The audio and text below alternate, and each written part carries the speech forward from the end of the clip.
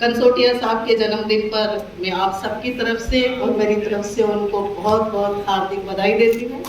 और उनके लंबी उम्र की कामना करती हूँ।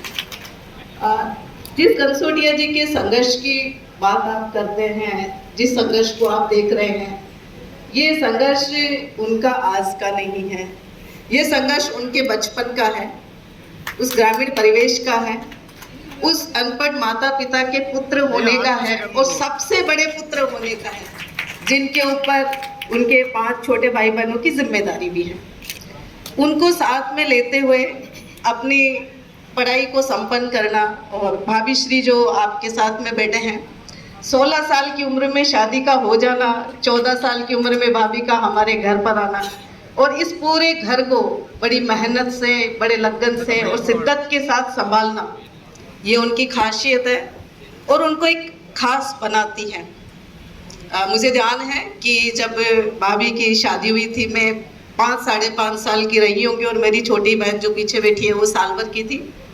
और उन्होंने जिस शिद्दत के साथ में, जिस मेहनत के साथ में हम सबको लेकर हमारे प्रेरणा स्रोत, हमारे मार्गदर्शक बने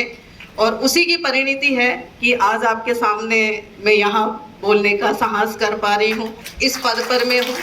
और मैं ही नहीं, मेरे परिवार के हर मेरे भाई बहन आज उस स्थान पर है और उस चीज़ के लिए गौरवान्वित है। मेरे कुचामन का परिवार एक ऐसा परिवार है हमारे समाज का, जिसके समाज में कहा जाता है कि अगर कुछ बनना है, कुछ कर दिखाना है तो उस घर की तरफ देखो, उस घर के बड़े बुजुर्गों की तरफ देखो और उस व्यक्ति की तरफ देखो जिन्होंने एक ने इतनी मेहनत और लगन करके हमारे परिवार को यहाँ तक पहुँचाया। मेरी सारी एजुकेशन यहाँ भाई साहब के साथ ही हुई, क्योंकि जब मैं वहाँ 12th में थी मेरे गांव में कॉलेज नहीं था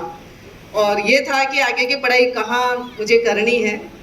पर चूँकि आपका उस दौरान सिलेक्शन हो गया था और मैं मध्य प्रदेश में आके मैंने पूरी पढ़ाई करी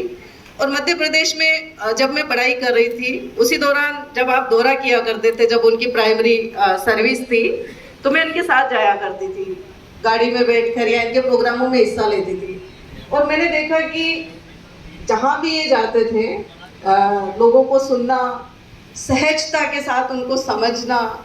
और दिल के साथ उनकी समस्या का समाधान करना,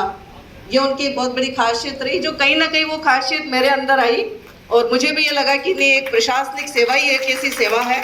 जिसमें जाकर हम समाज का भला कर सकते हैं, हम उस आवश्यक व्यक्ति का भला कर सकते हैं जिसके पास में कोई अप्रोच नहीं है, किसी भी प्रकार का कोई धनबल नहीं है। अजाक्स की अगर मैं बात करती हूँ, अजाक्स मुझे लगता है मध्य प्रदेश में तो एक परिपक्वता की स्थिति में है, परंतु राजस्थान में जैसे ये अजाक्स था 5-7 साल पहले,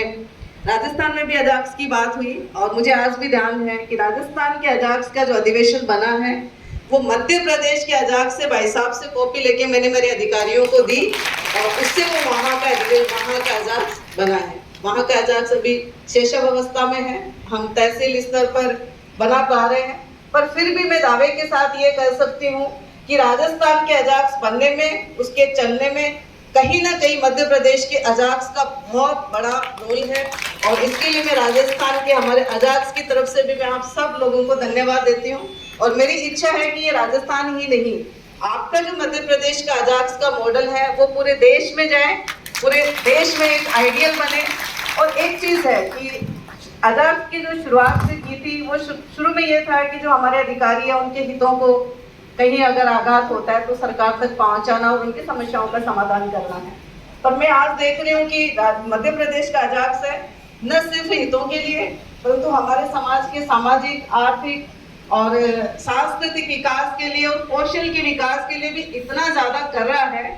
तो मुझे लगता है कि ऐसी कोई भी अड़चन नहीं होगी कि एक दिन मध्य प्रदेश का अजाक्स बहुत आगे जाएगा और आप सब लोग एक आइडियल वर्क में काम करेंगे और हम भी, हमारा प्रयास रहेगा कि मध्य प्रदेश में जो भी अच्छी प्रैक्टिस अजाक्स कर रहे हैं उसको हम राजस्थान में अपनाएं, राजस्थान में हम लागू करें। और क्योंकि मुझे लगता है जैसा मैं राजस्थान में अजाक्स के साथ काम कर रही हूँ, ये बहुत ही संघर्षपूर्ण और बहुत ही कठिन है। एक एक व्यक्ति को जोड़ना, एक एक व्यक्ति को अजाक्स के उद्देश्यों से अवगत कराना, उनको यह एहसास कराना कि हम उनके लिए हैं, हम उनके लिए काम कर रहे हैं, उनके लिए संघर्षशील है। एक बार मैं पुनः